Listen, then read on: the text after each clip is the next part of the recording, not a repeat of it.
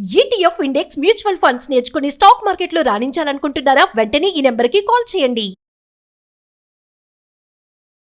నమస్తే రమగారు. నమస్తే జయ. రమగారు, మనం కొంచెం పురాణాల్లో నుంచి చాలా కథలు చెప్పుకున్నాం. ఏదన్నా ఒక మంచి పురాణంలో నుంచి. కానీ రెగ్యులర్గా చందమామ కథలు, విక్రమ బేతాళ వీటి మీద ఏ కథకు ఆ కథే నోవెల్స్ ఇవి. పురాణం అనగానే అదొక లాంటి భావన అనమాట. ఇదివరకు జరిగిందన్న నమ్మకం కదా జయ. అవును, అవును. ప్రధానమైనది కథ కాదు, నమ్మకంతో ముందుకెళ్తుంది కదా. బాగుంటాయి మరి పురాణ గాథలు బోల్డ్ అని. సీమంతిని కథ చెప్తా. ఓకే. దీనికి పూర్వాపరాలు బోల్డ్ కథలు ఉన్నాయి. ఒట్టి సీమంతిని కథే చెప్పుకుందాం మనం. దేంట్లో నుంచి అండి? అట్లా ఏదన్నా ఉందా? శివపురాణము అలాంటి సోమవార వ్రత మహత్యం కథ ఇది. సోమవార వ్రతం. Okay okay. శివపురాణం అయి ఉంటుంది. పూర్వం అంటే చిత్రకేతు అని ఒక రాజుగారు ఉండేవారు. ఈయనకి వరుసగా 8 మంది కుమారులు ఉన్నారు. ప్రతిసారి ఈసారి కుమార్తె పుడుతుంది అనుకునేవాళ్ళు. అమ్మాయి పుడితే సరదాగా ఉంటుందని. ఆడపిల్లని పెంచే ముచ్చట వేరు కదమ్మా ఎప్పుడు కూడా. అమ్మాయి అంటే ఎన్నో సరదాలు, ఎంతో సంతోషం. మగపిల్లలకి ఏముంది? అంతే అంతే. మగపిల్లాడి పెంపకం ఆడపిల్లలే ఉన్న వాళ్ళకి ఒక మగపిల్లాడు ఉంటే వాడి పెంపకం వేరే అనిపిస్తుంది. అందరు మగపిల్లలు ఉన్నారనుకో ఇలాంటి ఐడియా వస్తుంది. ఇటుంటే అటు అనిపిస్తుంది, అటుంటే ఇటు అనిపిస్తుంది. అయితే 8 మంది పిల్లల తర్వాత వాళ్ళకి లేక ఒక అందాల రాసేన ఒక కుమార్తె కలిగింది. అమ్మాయి పేరు సీమంతిని అని పెట్టారు. వీళ్ళందరికీ తలమానికంగా ఉంటుంది పాపని. అయితే పాప ఈ జాతకం చూపించినప్పుడు ఈ పిల్లకి వైధవ్య యోగం ఉందని కనపడింది. అందులో రాజుగారు బెంగటిల్లిపోయారు రాజు రాణి. లేక ఒక పిల్ల పుడితే అది విధవరాలు అయిపోతే వైధవ్యం వస్తే ఎట అని బాధపడ్డారు. దాచారు ఆ మాట. కానీ కొంతకాలం తర్వాత ఆ నువ్వులు ఈ వ్రతాలు చేయించేటప్పుడు పిల్లకి తెలిసిపోయింది విషయం. తనకు తెలిసిపోయి ఆ అమ్మాయి ఏం చేసిందంటే పరమేశ్వర ఆరాధన చేసేది, సోమవార వ్రతం చేసేది. సోమవారం నాడు ఏమీ ముట్టుకునేది కదా అమ్మాయి. ప్రదోషకాలంలో పరమేశ్వరార్చన చేసి శివాభిషేకం చేసి బోల్డన్ని దానాలు చేసి అప్పుడు అన్నం తినేది. ఎంతకాలమో చేసింది. అయితే ఈ అమ్మాయికి వైధవ్య యోగం ఉందన్నమాట చెప్పకుండానే ఉంచారు. బయటికి తెలియదు, పిల్లకి తెలుసు, ప్రపంచానికి తెలియకుండా ఉంచారు. అయితే కొంతకాలానికి పెళ్లి సంబంధాలు చూడడం మొదలుపెట్టారు. ఏమనుకున్నారు? పిల్ల ఇన్ని వ్రతాలు చేస్తుంది, భగవంతుడు ఏదో తప్పిస్తాడు అని చెప్పి వీళ్ళు ఏమనుకున్నారు? ఎక్కడో పెళ్లి చేసి పిల్లని వాళ్ళ రాజ్యానికి పంపేయకుండా పెళ్లి చేసి పెళ్లి కుమారుడిని మన రాజ్యంలోనే ఉంచుకుంటే 1000 కళ్ళ కాపాడి అబ్బాయికి ఏమీ సమస్యలు లేకుండా చేద్దామని భావించారు. మానవ ప్రయత్నం మీద ఒక నమ్మకం ఉంటుంది అంతే. వీళ్ళకి వచ్చిన పెళ్లి సంబంధం ఎవరు? నలదమయంతుల మనవడు, అతని కుమారుడు. దమయంతుల అంటే మునిమనవడు అనమాట. నలుడు దమయంతి వాళ్ళ మునిమనవడు నిషధరాజు, నైషధ రాజ్యానికి చెందినవాడు. వాళ్ళ అబ్బాయి అయినటువంటి చంద్రభానుడు అనే పిల్లవాడిని సెలెక్ట్ చేసుకున్నారు. సెలక్షన్ అయ్యింది. అయ్యాక వివాహం చేస్తామని అడిగారు. వాళ్ళు కూడా అబ్బాయిని పంపారు. వివాహం అయ్యాక వీళ్ళు చాలా కాలం మా పిల్లని మా దగ్గరే ఉంచుకోవాలనుకుంటాం, మేము అరిచేతిలో పెట్టి పెంచాం, మా రాజ్యలక్ష్మి మా మహాలక్ష్మి అన్నారు. వాళ్ళు కూడా ఏముందిలే, ఇంకా అతను యువరాజుగా ఉన్నాడు, రాజు కాల తండ్రి ఉన్నాడు. అందుకని ఏం చేశారు? ఈ చంద్రాంగదుడిని ఇక్కడికి పంపించారు. రాజుగారి అబ్బాయిని పంపిస్తే వీళ్ళు 1000 కళ్ళ కాపాడుతూ పిల్లని చక్కగా చూసుకునేవారు. కొన్నాళ్ళ తర్వాత ఏమైంది? ఒకనాడు వీళ్ళకి పక్కనే అదేదో నది ఉంది. ఈ నదిలో దీనికి వెళ్దామనుకున్నారు, నౌకాయానానికి అన్నీ చక్కగా ఏర్పాటు చేసుకున్నారు. నౌకాయానం చంద్రాంగదుడు పడవెక్కాడు, వెళ్తున్నాడు. ఊరికి సరదాగా తిరిగి రావడానికి వెళ్తాంగా మనం అలాగే. అవునవును. అయితే ఈ వెళ్తూ ఉంటే ఏమైంది? మధ్యలో పెద్ద తుఫాన్ వచ్చి నౌకా భంగం అయిపోయి ఈ పిల్లవాడు నీళ్లలో పడిపోయాడు. ఈ చంద్రాంగదుడు రాజకుమారుడు ఎంత వెతికినా దొరకల. రాజు రాణి లబోదిబోమని ఏడ్చారు, అయ్యో ఇలా అయిపోయిందని. అమ్మాయి ఏమో ఇంకా వైధవ్యం వచ్చేసింది, ఇంకేముంది? ఆ అమ్మాయి సౌభాగ్య చిహ్నాలన్నీ తీసేసి కేవలం శివారాధన చేసుకుని, భగవంతుడు ఇచ్చింది ఏం చేయలేం అని శివారాధన చేసుకుంటూ ఉండేది.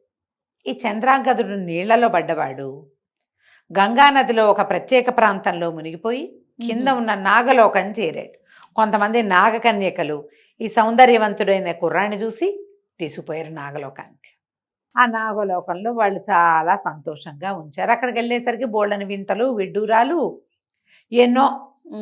చాలా రోజులు అతను ఇక్కడ ఉన్నాడు, నాగలోకంలో ఉన్నాడు. ఆ నాగరాజు ఈ చిత్రకేతు ఉన్నాడు కదా, ఈ అమ్మాయి తండ్రి, ఆయన యొక్క స్నేహితుడు. స్నేహితుడి అల్లుడొచ్చాడని ఎంతో సంతోషంగా చూసుకున్నారు. ఈ అబ్బాయికి తను ఇక్కడికి ఇట వచ్చి వెళ్ళిపోతే ఈ నీళ్ళల్లో ఉంటే తన భార్యకి వైధవ్యం వస్తుంది లాంటి భావాలు కలగల పిల్లాడికి తెలియలా. వీళ్ళేమో అబ్బాయి చనిపోయాడు అయిపోయిందని ఈ పిల్లని ఈ పని చేశారు. ఆ పిల్ల వాళ్ళు ఏం చేయాలి, అమ్మాయే చేసేసుకుంది. ఎంతకాలమో ఉన్నాడు. ఈ ఆనందాలు సంతోషాలు అన్నీ అయ్యాక ఒకనాడు నేను వచ్చి చాలా కాలమైంది, మరి నన్ను పంపించేసేయండి అంటే, సరే ఏం చేశారు, ఇంకా కొన్నాళ్ళు ఉండు, ఇన్నాళ్ళు ఇంతకాలానికి వచ్చావు, మేము మా స్నేహితుడు అల్లుడివని అడిగారు. ఏదో ఇంకొక 4 రోజులు అయిన తర్వాత తక్షకుడి సహాయంతో 2 నాగకన్యలతోటి ఈ చంద్రాంగదుడు పైకి వచ్చేసాడు. ఊళ్ళోకి అడుగుపెట్టాడు. అడుగుపెట్టేసరికల్లా అబ్బో రాజు రాణి సంతోషించారు. ఊరంతా వేడుకలు చేశారు. పెళ్ళికైతే ఎక్కువ వేడుక ఇప్పుడు చేశారు. ఆ అమ్మాయి భర్త వచ్చాడు అనేసరికి సంతోషించింది. మొదట ఎంతకాలం అయిపోయిందంటే వాళ్ళిద్దరూ ఒకళ్ళనొకళ్ళు గుర్తుపట్టలేనంత కాలం బట్టి అయ్యింది. అమ్మాయి భర్త పోయాడు అనుకో, చాన్నాళ్ళు గడిచిపోయింది. నాగలోకాల్లోనూ స్వర్గలోకాల్లోనూ సమయం ఎంత అయిందో తెలీదు. మన రోజు కంటే వాళ్ళ రోజులు పెద్దవి. సరే మెల్లిగా ఒకళ్ళనొకళ్ళు గుర్తుపట్టారు. అయ్యో నా భార్య ఇలా ఈ పని చేసిందని అతను బాధపడ్డాడు. సరే మళ్ళీ భార్య భర్త కలిసి సంతోషంగా ఉన్నారు. ఉన్నాక ఏమైంది, నిషధ రాజ్యానికి మా రాజ్యానికి మేము వెళ్ళిపోతామని అన్నాడు. అమ్మాయి గండం తప్పిపోయింది అల్లుడిది. ఆ పిల్లకి విధవా యోగం ఉంది, వైధవ్య యోగం ఉంది. అప్పుడు ఈ కార్తాంతికులు వాళ్ళు వీళ్ళు లెక్కగట్టి అమ్మాయి సోమవార వ్రతం చేస్తోంది కాబట్టి తాత్కాలికంగా ఈ వైధవ్య యోగం పట్టించింది విధి. అతను జీవించున్నా ఈ అమ్మాయి సువాసినిగా లేదు, భర్త లేడు, సువాసిని చిహ్నాలు తీసేసింది, విరాగిగా జీవితం గడిపింది. దోషం పోయింది, ఇంకా అల్లుడికి ఏమీ ఢోకా లేదన్నారు. అనగానే కుర్రాడు ఏమన్నాడు, మేము మా రాజ్యానికి వెళ్ళిపోతాం, నిషధ రాజ్యానికి వెళ్ళిపోతామంటే సరే అని తీసుకుపోనిచ్చారు. ఈ సీమంతిని ఇతను ఇద్దరు కలిసి భార్య చంద్రాగదుడు భార్య భర్తలు ఇద్దరు నిషధ రాజ్యానికి వెళ్ళిపోయారు. ఆ అమ్మాయి ప్రతి సోమవారం నాడు విశేషంగా సోమవార వ్రతం చేసి సాయంకాలం అందరికీ దంపతులకి పూజ చేసి బాగా కానుకలు ఇచ్చేది. బంగారము అవి కానుకగా ఇచ్చేది. ఇప్పుడు నదిలో పడిపోయిన పిల్లవాడు మరణించాలి, కానీ ఈ అమ్మాయి చేసే సోమవార వ్రత మహత్యం వల్లే అతను జీవించి నాగలోకానికి వెళ్ళి వరాలు కూడా పొంది వెనక్కొచ్చాడని ఆ నిషధ రాజ్యంలో వాళ్ళందరూ కూడా ఈ అమ్మాయి చేసేటువంటి ఈ పూజల్ని ఈ దానాల్ని సమర్థించారు. పైగా ఈ రాజకుమార్తె చిత్రకేతు మహారాజు కూతురు కదా, ఈ అమ్మాయి బోల్డ్ ఆస్తి తెచ్చుకుంది, దానాలు చేసేవాళ్ళు. సాయంకాలం అవ్వగానే భర్తతో కలిసి పూజ చేసి దంపతులను అర్చించి దానం ఇచ్చేది. ఆ కాలంలో ఏమైందట, విదర్భ రాజ్యానికి చెందిన ఒక బ్రాహ్మణులకి 2 కుటుంబాలకి 2 అబ్బాయిలు ఉండేవాళ్ళు.